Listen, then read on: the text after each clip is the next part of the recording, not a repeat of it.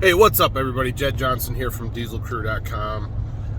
Hey, I got to put this out here. And if someone can set me straight on this, then please feel free. Because I do understand how indoctrination works and how you can start to believe something that may not be true once you've been told it over and over and over and over and over. But recently I saw a clip that Mark Bell put up on his Instagram of some dude who he was going to be interviewing. And the clip is this dude, the interviewee, just mowing down on raw ground beef. Like out of looks like a 2-pound pack, shrink wrapped style pack, where you break the plastic open and just start eating, I guess. So here's the thing.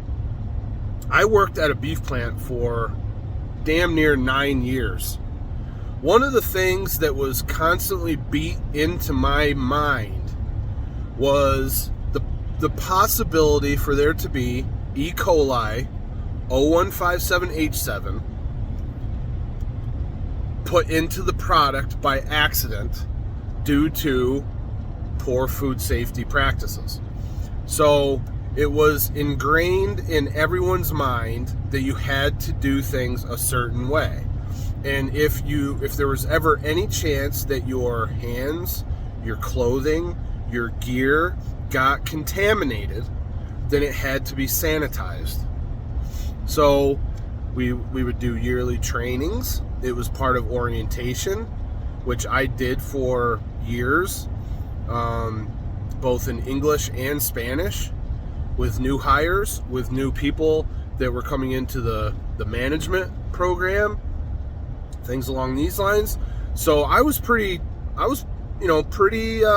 to date as far as E. coli 0157H7 contamination in ground beef. The risk being, and I've told people, like, if you get a burger, you got to get that thing well done, cooked well done, because what happens is E. coli gets into the outer surfaces of the meat, but in particular, it attaches really well to the fat molecules.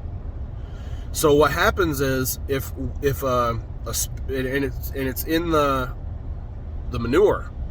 So if a speck of shit gets on a piece of fat, for instance, and you don't see it, and you don't trim it off, you don't sanitize, then what can happen is that piece of meat can pass through the whole entire process, get into the grinding operation, and then that speck of shit that might have God knows how many particles of E. coli 0157H7 on it gets spread throughout hundreds, if not thousands of pounds of meat.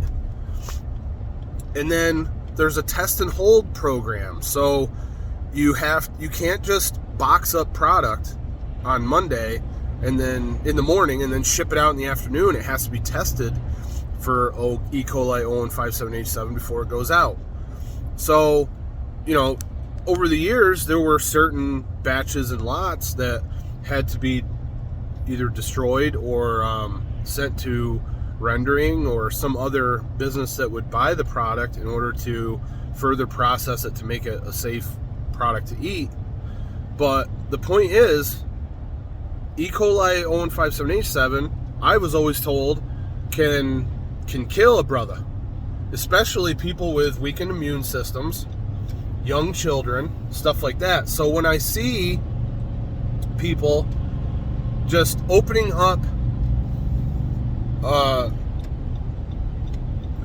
box or a bag of ground beef and eating it, I mean, to me, that seems like a big risk to take. I don't know if all that changed or if people think that their immune system is not susceptible to that. There's lots of different types of E. coli. Some of them won't do anything to you, as far as I remember, but that one significant particular type of E. coli, which is labeled as 0157H7, is extremely dangerous. So what the hell? Did something change?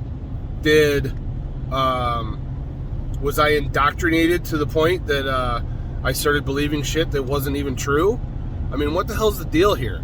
I can see eating steak. The chances of steak getting contaminated by 0157H7 is much less severe. There's much less risk because it's generally on the surface and then gets ground up and mixed in with ground beef. So if it's on the surface and then you cook your steak, it kills the outer, it'll purify the outer layers of the steak. Obviously, you're not going to purify anything if you're not cooking it. But, the idea of having I eat my steaks medium rare. I only like a little heat on the outside, and then I like the middle really soft and red, bloody. So, people have often asked me, well, if you like your burgers well done, why don't you get your steak well done? Well, I don't like my steak burnt. I don't like the inside cooked to death. And the risk is much lower with steak. At least that's the information that I've always been told. So if somebody can straighten this out for me that eats all this raw food, I'd be really, really happy to hear it. Mark Bell's certainly not the only one that's been talking about it. I mean, you got Liver King that's putting out videos where he's eating everything raw. That John Jackwish, Dr. John Jackwish, that does all this talk about weightlifting is a waste of your time. You got to use the X3 band bar and all this shit. He talks about eating, I think, some raw food, or someone in there in that group on Facebook used to talk about it. But what, I mean, am I wrong here? Did something change?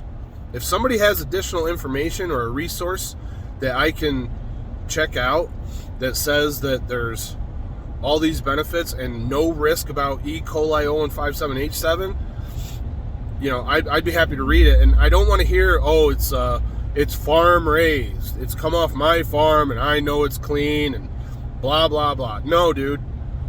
No. Bacteria are microscopic. You can't see it.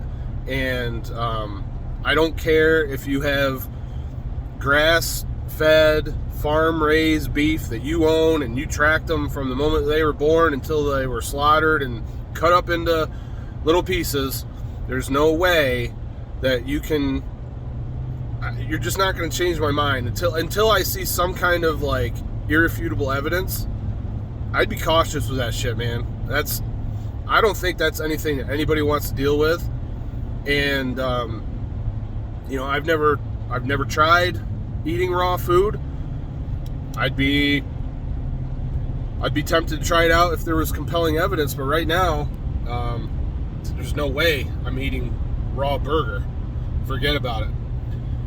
All right, everybody, thanks for your time. Hopefully, if this keeps one person from getting sick from E. coli poisoning, then it's worth it. Otherwise, all the best in your training. Give it one of these. Be sure to subscribe. Take care.